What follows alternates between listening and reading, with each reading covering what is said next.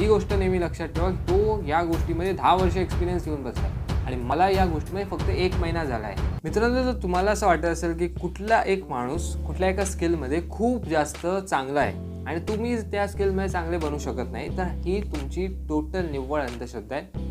तुम्ही कुठल्याही स्किलमध्ये चांगला बनू शकता with the help of practice.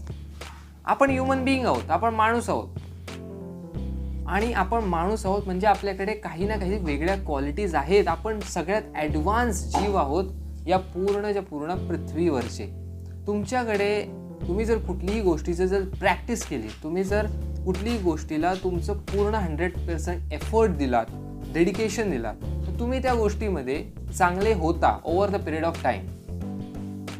तुम्हाला असं वाटतं का हा माणूस या गोष्टीमध्ये चांगला आहे, हा माणूस या गोष्टीमध्ये चांगला आहे, कदाचित हा माणूस करू शकतो पण मी नाही करू शकत. तुम्ही एकदा दोनदा ट्राय करता आणि तुम्हाला असं वाटतं का मी या गोष्टीमध्ये चांगला नाही आहे, पण तुम्ही एक गोष्ट बघत नाही की त्या माणसाने त्या गोष्टीसाठी त्याचे 2 वर्ष 3 वर्ष खर्च केलेत आणि त्यामुळे तो आज त्या गोष्टीमध्ये ॲक्च्युली चांगला आहे. आणि तुम्ही ट्राय कधी करताय? आत्ता ट्राय करताय.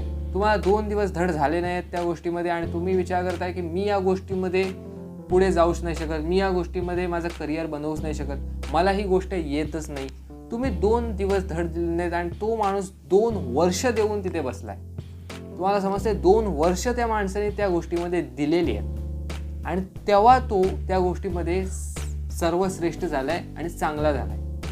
तर तुम्ही कसं 2 दिवसामध्ये ठरवू शकता? एक काम करा ना, टाईम द्या त्या गोष्टीला, 1 वर्ष टाईम द्या, प्रॅक्टिस करा त्या गोष्टीने आणि मी तुम्हाला देऊ शकतो की 100 पैकी 99 अशा गोष्टी असतात ज्या तुम्ही प्रॅक्टिस थ्रू चांगल्या करू शकता, ज्या तुम्ही प्रॅक्टिस थ्रू अचीव्ह करू शकता. तुम्हाला जर पब्लिक स्पीकिंगची भीती वाटते, तुम्हाला स्टेजवर जाऊन बोलण्याची भीती वाटते आणि जर तुम्ही बघताय की हा एक स्पीकर आहे ना, तो खूप चांगला बोलतो स्टेजवर जाऊन, पण तुम्हाला माहिती नाहीये की तो पाठच्या 10 वर्षापासून स्टेजवर जाऊन बोलतोय आणि पहिल्यांदा जेव्हा तो सुद्धा स्टेजवर गेलता तेव्हा त्याचेही पाय कापत होते, त्याचीही बोबडी वळलेली, त्याचेही हात कापत होते, त्याला ही एक्सपिरियन्स नव्हता, पण तो दटून राहिला तिथे आणि त्यांनी स्टेजवर भाषण दिलं आणि त्यांनी ती प्रॅक्टिस ठेवली. त्यामुळे तो आज एक खूप मोठा वेल रेकग्नाइज स्पीकर आहे. जर तुम्हाला सुद्धा पब्लिक स्पीकिंगमध्ये स्टेजवर जाऊन बोलायचं आहे तर तुम्हीही जा. पहिल्यांदा खूप तुमची लागणार आहे, पण जर तुम्ही दटून राहिलात, जर तुम्ही प्रॅक्टिस करत राहिलात, सतत स्टेजवर जात राहिलात, तर तो फिअर तुमचा कमी होणार. समजते? तुम्ही त्या गोष्टीमध्ये ॲक्च्युली बेटर होणार. फक्त तुम्हाला ट्राय करायचं आहे आणि प्रॅक्टिस करत राहायचं आहे. पण जर तुम्ही विचार केलात एकदा दोनदा जाऊन की माझी एवढी बेइज्जती झाली तर मला कदाचित हे येत नाही आहे, हे एक एक्सक्यूज देणारा माइंडसेट आहे. आणि जर असा तुमचा जर विचारसरणी असेल, असा तुमचा माइंडसेट असेल ना, तर तुम्ही कुठलाच काम करू शकत नाही. बिकॉज कुठलाही काम सुरुवातीला कठीणच असतं, पण जेव्हा आपण त्यात पुढे एक्सपिरियन्स घेत जातो, वाढत जातो, प्रॅक्टिस करत जातो, तेव्हा तुम्ही त्या गोष्टीमध्ये ॲक्च्युली चांगले होत जाता. म्हणून तुम्हाला कधीही कुठलीही गोष्ट जेव्हा तुम्ही सुरुवात करता तेव्हा तुम्हाला हे धरून चालायचं नाही आहे की मी डे 1 पासून या गोष्टीमध्ये खूप जास्त चांगला असेल.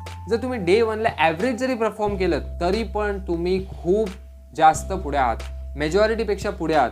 बिकॉज मेजॉरिटी लोक तर इवन ट्रायसुद्धा करत नाही. ते तर ट्राय करण्याच्या आधीच त्यांना स्वतःला बोलतात की नाही हे गोष्ट तर माझ्यासाठी बनलेलीच नाही आहे, सो मी या गोष्टीमध्ये कसं काय करणार. आणि जर त्यांनी एखाद दोनदा ट्राय केलं तरीसुद्धा त्यांना हे माहिती नाही, ते दुसऱ्यांना बघतात आणि ते स्वतःला कम्पेअर करतात. त्यांना हे माहिती नाही की त्या माणसाने 10 वर्ष दिलेली आहेत त्या गोष्टीमध्ये आणि तू 1-2 दिवस देऊन तुला त्या माणसासारखं व्हायचं कसं होणार, आणि ते गिवअप करतात.